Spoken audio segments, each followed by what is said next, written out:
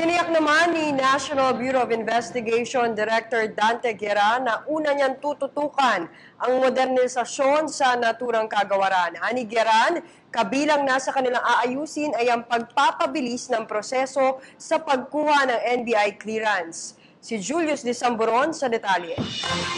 Isa ang magdadalawampung taong gulang na estudyanteng si Kenneth San Jose sa mga ngayon palang kukuha ng clearance mula sa National Bureau of Investigation. Isa din siya sa mga natuwa sa balitang pagsasamoderno ng ahensya dahil lalo na daw mapapabilis ang proseso sa pagkuha ng clearance. Para po saan mainam yun? Very convenient. Kahit nasan ka, kahit kailan, pwede kang kumuha ng clearance. Para hindi siya hassle sa pagkuha lagi. Kasabay ito ng plano ng kasalukuyang liderato ni Director Dante Guerra ang pagtutok sa modernization plan sa NBI na siyang nauna ng tinutukan ng dating direktor nito na si Virgilio Mendez. Kabilang sa mga naisugpuin ang mga fixers sa labas ng tanggapan. Partikular ang mga nag-o-online fill-up. Sa halaga kasing 50 pesos ay ginagawang negosyo ang online fill-up of clearance sa labas ng NBI. Kaya bilang solusyon dito ay ipinakita sa PTV News ng NBI ang kanilang libreng fill-up area. Ang kagandahan dito, bukod sa special lane para sa mga may kapansanan at may edad, ay mabusisi ding tinitingnan ng mga nakatalaga sa clearance area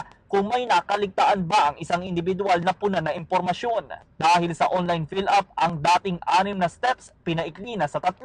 Bilang patunay ay tila umikli na nga ang pila sa pagkuha ng clearance mula sa payment hanggang sa pagpapakuha ng biometrics. Nagkakaroon lang ng kaunting katagalan ng isang kumukuha kung ito ay may hit o kapangalan. Kagyat itong hihimpil sa quality control area habang bineberipika ang kanyang hawak na mga dokumento. Sa pagtataya ng NBI, matagal na ang 5 minuto ngayon para sa isang aplikante na makakuha ng clearance lalo kung kumpleto ito sa dokumento, tama ang online fill-up at walang hit. Bahagi din ang pagbabago sa pagkuha ng clearance ang mabilis na printing at pagpapadala nito. Samantala, hindi lamang din ang bilis ng pagkuha ng clearance ang nais ngayon ng publiko, kundi pati na din daw ang sanay pagpapatagal ng validity ng NBI clearance. Pero para kay NBI spokesman Ferdinand Lavin, pag-aaralan yan kung may public clamor na palawigin ng 1.5 or maybe 2 years kung kakayanin.